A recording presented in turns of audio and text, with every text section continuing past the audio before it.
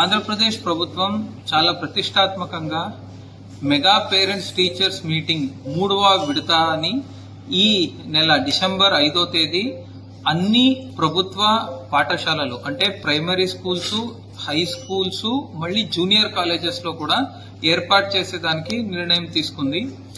ఈ మనకు తెలిసినట్టు last 2 mega parents teachers meeting state మొత్తం మళ్ళీ కృష్ణా జిల్లాలతో పాటు సక్సెస్ఫుల్ గా జరిగి ఉంది. ఈ మెగా పేరెంట్స్ టీచర్స్ మీటింగ్ ఉద్దేశం ఏంటి అంటే, ఇప్పుడు మనం ఒక పిల్లవాడి భవిష్యత్తులో బాగా రాణించాలి అంటే ఖచ్చితంగా పేరెంట్స్, టీచర్స్ ఇద్దరిది పాత్రం కీలకంగా ఉంటది.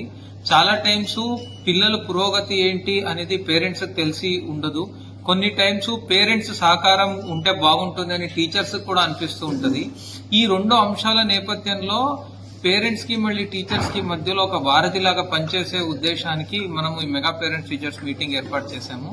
ఈసారి ఓన్లీ గవర్నమెంట్ స్కూల్స్ లో ఈ డిసెంబర్ 5వ తేదీ ఉంటుంది. పేరెంట్స్ అందరూ కూడా తప్పనిసరిగా రావాలి.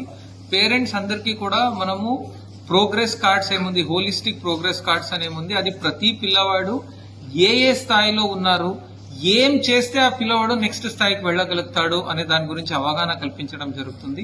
అంతేకాకుండా ఈసారి వినూత్నంగా ప్రభుత్వం ప్రైమరీ స్కూల్ పిల్లలకి FLN బేస్ లైన్ కండక్ట్ చేస్తున్నాము. FLN అంటే ఫౌండేషనల్ లిటరసీ అండ్ న్యూమరసీ అని.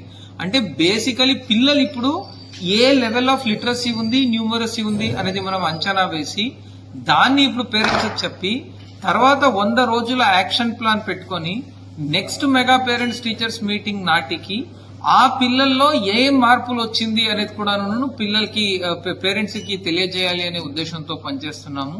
సో ప్రభుత్వం ప్రతి పిల్లవాడి భవిష్యత్తు కూడా బాగుండాలి అనే ఉద్దేశంతో చాలా నిబద్ధతతో పనిచేస్తుంది కనుక ప్రతి పేరెంట్ కూడా తప్పనిసరిగా ఈ ఒక్క కార్యక్రమానికి హాజరు కావాలి. సో మనకు చాలా పనులు ఉంటాయి, అయినప్పటికీ కూడా పిల్లవాడి భవిష్యత్తు కన్నా సో పెద్దది ఇంకేం లేదు. దయచేసి